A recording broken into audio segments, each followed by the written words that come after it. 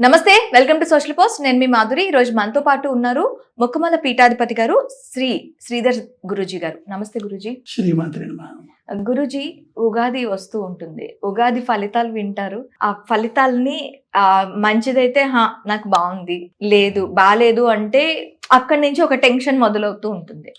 అయితే ఈ ఫలితాలన్నీ ఓకే, కానీ ప్రతి ఒక్కళ్ళు దీన్ని సాధన చేసి ఈ ఫలితాల నుంచి బయటపడాలి. ఇప్పుడు చెడు ఫలితాలను అంటే అందరూ భరించే శక్తి ఉండదు. సో వాళ్ళు ఈ ఫలితాల నుంచి బయటపడాలి అంటే ఏం చేయాలి అంటారు? చాలా సులభంగా ఉండాలి అండ్ వాళ్ళకి చేసుకోవడానికి కూడా ఈజీగా ఉండాలి. ఇక్కడ ఏమిటంటేనమ్మా, సూక్ష్మంలో మోక్షం అంటాను చూసారా, అది ఊరికి అనేస్తుంటారు తప్పించి ఎవరు సూక్ష్మంగా చెప్పేవాళ్ళు మనకు కనపడరు. అవును, అది చాలా బాధగా ఉంటుంది. ఇక్కడ ప్రధానంగా ఏంటంటే మనకి 12 రాశులు ఉన్నాయి. ఈ 12 రాశుల్లోనూ కూడా గ్రహాలు సంచరిస్తూ ఉంటాయి. ఇక్కడ గోచారం అంటారు దీన్ని. ఈ గోచార దోషాలు వచ్చేసరికి ఏంటంటే ఈ 9 గ్రహాలు కూడా ఉండేటువంటి స్థానాలు బట్టి ఆయా ఫలితాలు ప్రభావాలు ఉంటాయన్నమాట. అయితే ఇక్కడ ఏంటంటే మనం సాధారణంగా ఏం చేస్తాము, శని ఒకటి చూసుకుని శని మాకు బానే ఉంది పర్వాలేదు అని తృప్తి పడిపోతుంటాం. ఇక్కడ శని వంటి ప్రభావం చూపించేది గురుడు కూడా చూపిస్తాడు. అవునా? గురుడు చాలా శుభ ఫలితాలు ఇస్తాడు అనుకోడు. అష్టమ గురుడు కనుక ఉన్నట్టయితే ఇక శని ఎంత చూపిస్తాడు, అంతకంటే ఎక్కువ చూపిస్తాడు. అష్టమ గురుడు. ఇట్లాగా మరి రాహు ఉన్నాడు అనుకోండి, రాహు అష్టమ రాహు అయితే ప్రాణాంతకం అవుతుంది. అంటే మన 8వ ఇంట్లో రాహు కానీ గురుడు కానీ కాదమ్మా, అట్లా కాదు.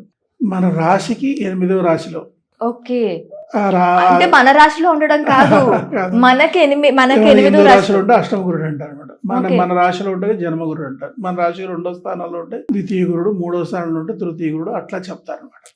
అయితే ఇక్కడ మనకి ఏం చూస్తాం, సాధారణంగా శని స్థానాలు చూసుకుంటూ ఉంటాం. శని 2.5 years ఉంటాడు ఒక్కొక్క రాశిలోనూ అనమాట. ఈ 2.5 years లో జన్మలో అంటే 12వ స్థానంలో ఉన్నప్పుడు, జన్మంలో ఉన్నప్పుడు, తర్వాత ద్వితీయంలో ఉన్నప్పుడు, ఈ 3 స్థానాల్లో ఉన్నప్పుడు ఈ 7.5 సంవత్సరాలు ఏలినాడు శని అని పిలుస్తాం.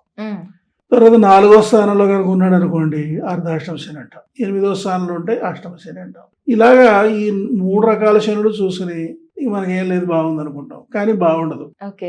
ఇక్కడ రవి స్థానం చూసుకోవాలి. రవి ఒక నెలే ఉంటాడు, ఆ నెలలోనూ కూడా ఎక్కువ తిప్పలు పెట్టేస్తాడు. చంద్రుడు నెల రోజులే ఉంటాడు, ఆ నెల రోజులే తన ప్రభావం చూపించేస్తాడు. కుజుడు 2 నెలలు ఉంటాడు, అందులోనే ఎక్కువ ప్రభావం చూపించేస్తాడు.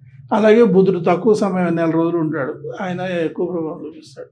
గురుడు ఏడాది ఉంటాడు, అలాగే గురుడు తన ప్రభావం చూపిస్తాడు. శుక్రుడు నెలే ఉంటాడు, తన ప్రభావం చూపిస్తాడు. శని 2.5 years తన ప్రభావం చూపిస్తాడు. రాహు 1.5, కేతు 1.5. అయితే ఇక్కడ ఏమవుతుందంటే ఈ 9 గ్రహాల యొక్క స్థానాలను బట్టి మన యొక్క రాశి ఫలితం అనేది ఉంటుంది అనమాట. ఈ విషయాన్ని గ్రహించగా లేదుగా అని చెప్పి గంతలేసేస్తుంటారు. దానివల్ల ఏమి ప్రయోజనం ఉండదు. ఇది 9 గ్రహాలు 9 స్థానాలని మనం చూసుకోవాలన్నమాట. చూసిన దాన్ని బట్టి ఈ యొక్క సంవత్సర ఫలాన్ని నిర్ణయిస్తాం. అంచేది ఇక్కడ మనం ఏ రాశి తీసుకున్నప్పుడు కూడా శుభ మిశ్రమ ఫలితాలే ఉంటాయి. అంటే ఎక్కువ గ్రహాలు బాగున్నాయనుకోండి, సంవత్సరం కాస్త ప్రశాంతంగా ఉంటుంది. తక్కువ గ్రహాలు బాగున్నాయనుకోండి, ఇబ్బందిగా నడుస్తూ ఉంటుంది. అట్లా కాకుండా ఇక్కడ ఏంటంటే ఒక అద్భుతమైన విషయం ఏంటంటే, ఆదిపరాశక్తి సృష్టి సంకల్పం చేసి ఈ చరాచర జగత్తును సృష్టించి తన నుండి తనతో సమానమైన అనేకమైన శక్తులు ఆవిర్భావం చేశారు. ఆవిర్భావం చేసి ఆగామి సంచిత ప్రారంభ కర్మలు, గత జన్మలో చేసినవి, ఈ జన్మలో చేసినవి, తర్వాత అలాగే పెద్దవాళ్ళు పైన చేసినట్టు కర్మలను బట్టి జాతక చక్రంలో గ్రహాలు పలానా స్థానంలో ఉండాలని చెప్పేసి కర్మఫలాలు అనుభవించడం కోసం గ్రహాలను నియమించింది ఆవిడ. ఇక్కడ చిన్న రహస్యం ఉంది.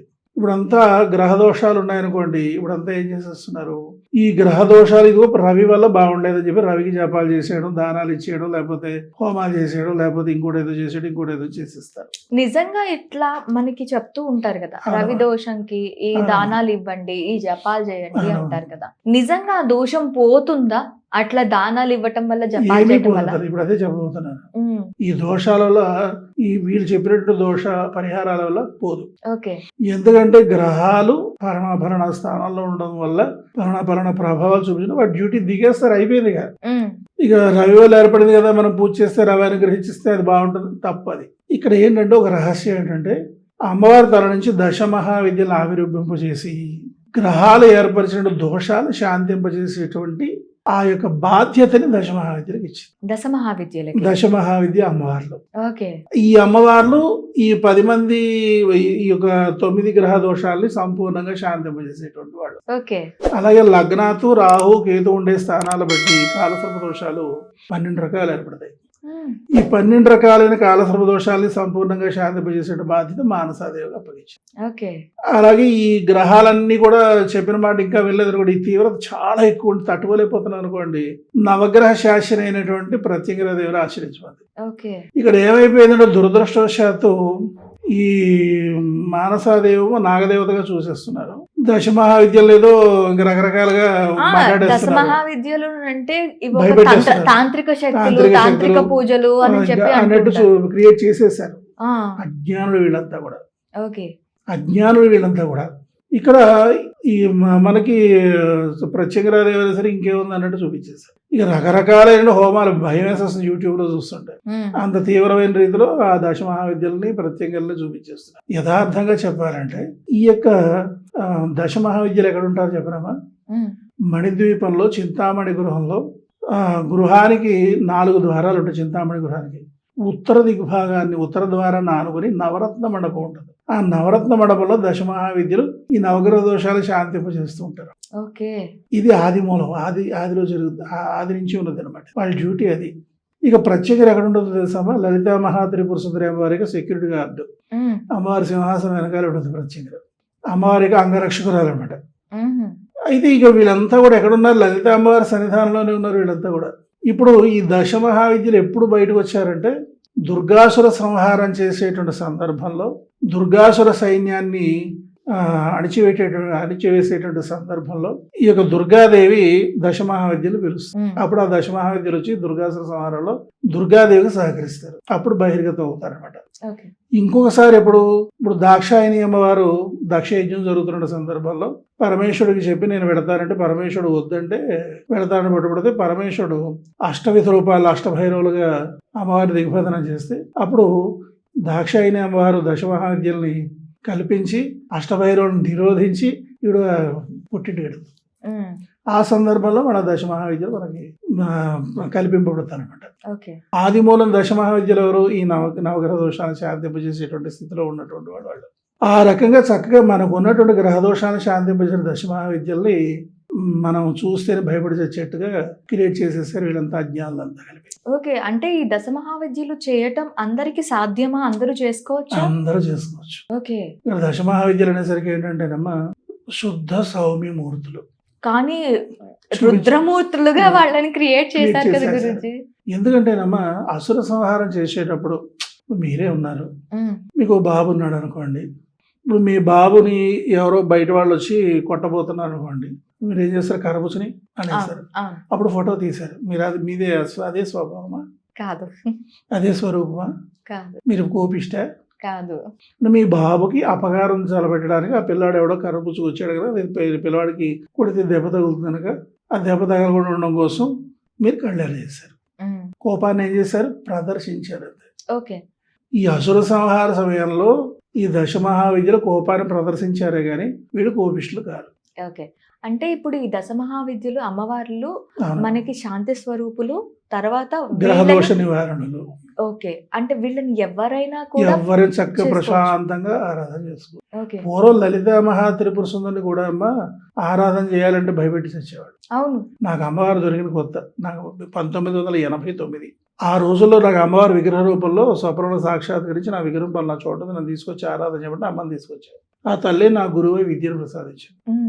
ఆ సందర్భంలో ఎంత భయపెట్టేశారంటే అయ్యి బాబా అంత పెద్ద విగ్రహం పట్టుకొచ్చేసారు, సరిగా ఆరాధన చెబితే బిడిసి కొట్టేస్తుంది, వంశం నాశనం అయిపోతుంది, కుటుంబం లేకుండా అయిపోతుంది, అది అయిపోతుంది, ఇది అయిపోతుంది, ఇది అయిపోతుంది, అది అయిపోతుంది, పిచ్చి వాళ్ళు అయిపోతారు, రక్తం కాకు చచ్చిపోతారు, ఇట్లా భయపెట్టేశారు. నేను ఆ దేవుని పట్టించుకోలేదు. నేను అదేటది అమ్మలగన్న ఏమో ముగ్గురమ్మల మూలపుటమ్మ శ్రీమాత్రే నమః శ్రీ మహారాజ్య నమః మనం స్తుతిస్తాము. అక్కడ పోలే అమ్మవారికి ఆహారం కావడం కంటే అదృష్టంగా తినేయండి అన్న. ఆ ప్రకారంగా భయపెట్టేటువంటి రోజులు. మహిళావతలను తీసుకొచ్చి కుంకుమ పూజ చేయిస్తే అప్పుడు ఎంత ప్రళయకాల రుద్రులో వచ్చేసారు మా ఊర్లో పండితులంతా. ఎలా చేయించేస్తారు ఆడవాళ్ళతో మీరు కుంకుమ పూజలు, ఆ మంత్రాలు అసలు ఉచ్చరించడానికి కాదు, వినడానికి కూడా వాళ్ళకి అర్హత లేదు అంటూ మొదలు పెట్టేశారు. ఆ రోజుల్లో గట్టిగా వాదించాను నేను. అంటే చాలా పెద్ద సబ్జెక్ట్ అది, ఇంకా మనం అలా కంటిన్యూషన్ ఎన్ని రోజులైనా కూర్చోవచ్చు ఓకే. దానికి సంబంధించి. చాలా గట్టిగా పోరాడుతూ ఆనాటి నుంచి నాకు ప్రసార మాధ్యమాలన్నీ కూడా సహకరించి ఆనాటి నుంచి ఈనాటి వరకు కూడా అమ్మవారు శుద్ధ సౌమ్యమూర్తి, ఎవరినో ఆరాధించుకోవచ్చు అనేటువంటి ఆ విషయాన్ని బహుళ ప్రచారం చేస్తూ ఈనాడు ఏ స్థితికి వచ్చిందంటే ఫలానా పీఠాధిపతులు వస్తున్నారండి, మీ మహిళా మండలి వారంతా వచ్చి లలితా సహస్రం చదువుతారా అనేటువంటి స్థితి వచ్చింది. సామూహిక మణిద్వీప పారాయణలు, సామూహిక కిండి సప్తశతి పారాయణలు, సామూహిక సౌందర్య పారాయణం. ఎంత మార్పు వచ్చిందో చూడండి. నేను చాలా సంతోషిస్తాను. అయితే దురదృష్టవశాత్తు ఏంటంటే ఇక్కడ అమ్మవారిని ఉపాసన చేసేటువంటి విధానాలు 3 ఉన్నాయి. సమయాచారము, వామాచారము, కౌడాచారము. సమయాచారం అంటే మనం పూజ చేసే విధానం. చక్కగా శ్రీ సూక్త విధానంగా పంచామృతాలతో పంచఫలాల నైవేద్యం పెట్టు, చనివిడి కూడా పప్పు పానక నైవేద్యం పెట్టుకుని ఇంకా బాగా ఇంకేదైనా గట్టిగా అవసరమైతే నిమ్మపండు లేదా గుమ్మడికాయ బుడుద గుమ్మడికాయ కోసేంత వరకు మనం పూజ చేస్తాం. వామాచారానికి వచ్చేసరికి మద్య మాంసాల నైవేద్యం పెడతారు. ఇక కౌడాచారం దగ్గర వస్తే ఇంకా అసభ్యకరంగా ఏవేవో చేస్తుంటారు. వీళ్ళు ఏం చేశారంటే ఈ సమయాచారం కంటే వామకౌడాల ఆచారాల ప్రకారంగా అమ్మవారిని ఉపాసన చేస్తే వెంటనే ఫలితాలు ఇస్తుందని చెప్పి అపోహని కలగజేసి వాళ్ళంతా కూడా ఆ ఆచారాలని మన మీద నెత్తిమీద రుద్దేటువంటి ప్రయత్నం ఇప్పుడు జరుగుతోంది. ఇప్పుడు అంతా కూడా జనాలంతా అటు అట్రాక్ట్ అయిపోతున్నారు. వీళ్ళు చాలా విచిత్రంగా చాలా తెలివిగా వస్తారండి వీళ్ళు. ఇంకొకటి గురూజీ, నాట్ ఓన్లీ మాంసం, నరభక్షం, ఉంటుంది, ఎక్కడికైనా వెళ్ళిపోతారు. ముద్ర, మధ్య, తర్వాత మాంస, మత్స్య, మైథునం దగ్గర కూడా వెళ్ళిపోతారు. ఇక అన్ని చండాలాలు చేస్తారు. అది మళ్ళీ దేవుడు పూజ అంటారు. ఇప్పుడు మనం ఒక చిన్న శనివారం వెంకటేశ్వర స్వామి దీపం పెట్టుకుంటే 2 రోజుల నుంచి క్లీనింగ్ మొదలు పెడతాం. మన పశువులతో శుద్ధి చేసుకుంటాం. అందరూ చక్కగా బ్రహ్మాండంగా తలంటూ స్నానం చేస్తాం. మరి పాత్రల్ని కడిగేసుకుంటాం. అంతకుముందు ఏమన్నా వడ్డామా, రకరకాలు ఏమన్నా కలిసాయా, ఏమన్నా ముట్టుకున్నారని మళ్ళీ వాటి మీద పసుపు నీళ్ళు చల్లుతాం. మన శనివారం పూట కనీసం ఏది కూడా మాంస సంబంధమైనవి కానీ ఇట్లాంటివి మనం అసలు ముట్టుకొని కూడా ముట్టుకోం, చూడడం. అంత పవిత్రంగా శనివారం ఒక దీపారాధన వెంకటేశ్వర స్వామి చేసుకుంటేనే అన్ని నిమిషాలు వాడిచ్చేటువంటి మనం మద్య మాంసాలు తల్లి నాకు అర్థం కాదు. ఇదంతా వీళ్ళంతా కూడా మద్య మాంస ప్రియులైనటువంటి వాళ్ళు మనల్ని మభ్య పెట్టి డైవర్ట్ చేసి నాశనం చేస్తున్నారు.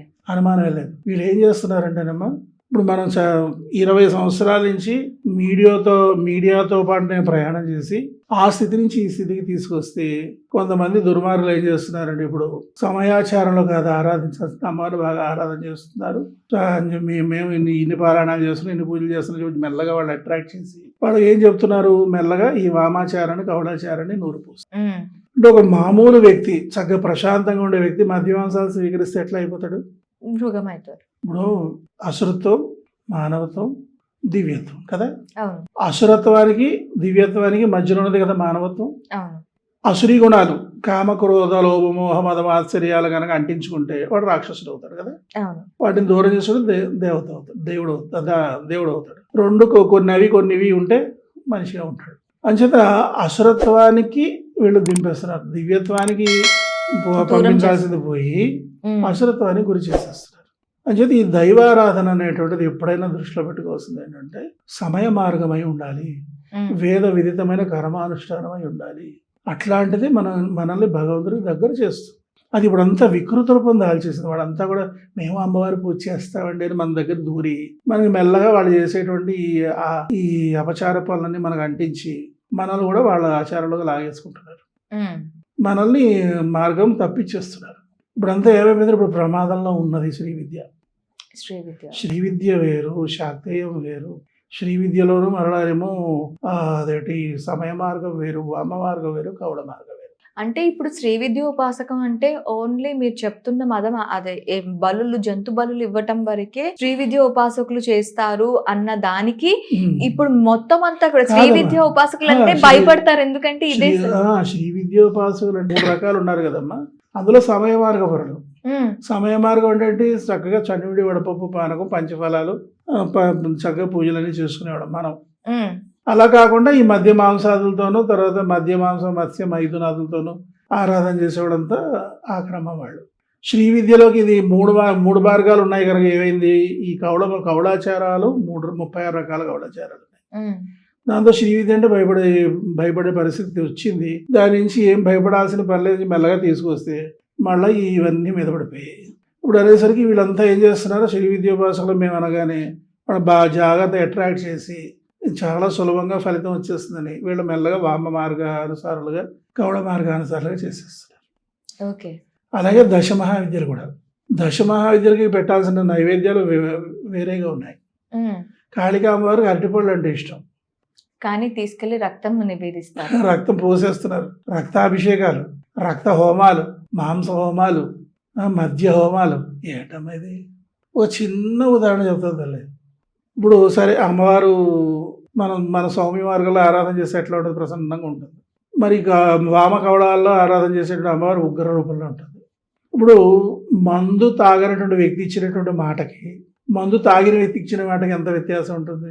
చాలా వ్యత్యాసం ఉంటుంది. మందు దిగిన తర్వాత మర్చిపోతాడు కదా వీడు. అవును. ఇంకొకటి, మనం అమ్మవారిని ఆరాధన చేస్తున్నప్పుడు అమ్మవారు చిన్నగా మొగల శబ్దం వినిపించేట్టు చేస్తే మనం ఇలా అనిపోతాం, రోమాంచితం అయిపోతాం. మనం చిన్న పాప కనపడితేనే మనం భయపడిపోతాం. అంటే ఉగ్రగాళి రూపంలో, భద్రకాళి రూపంలో, ప్రత్యేక రూపంలో ప్రత్యక్షమైతే వీళ్ళు ఏమైపోతారు? శ్రీ విద్యాం శాంతమూర్తిం సకల సుహృతాం సర్వ సంపత్.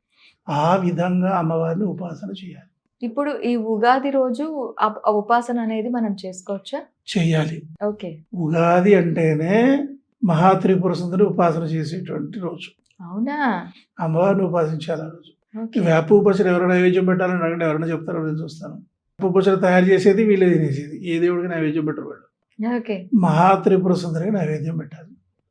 వసంత నవరాత్రులు, ఈ వసంత నవరాత్రుల్లో మహాత్రిపుర సుందరిని ఉపాసించాలి. బాల, లలిత, రాజరాజేశ్వరి వీళ్ళు ముగ్గురే శ్రీచక్రం మీద కూర్చునేటువంటి శ్రీమత్ సింహాసనేశ్వరుడు. శ్రీచక్ర బిందుమణాల వాసనలు వీళ్ళే.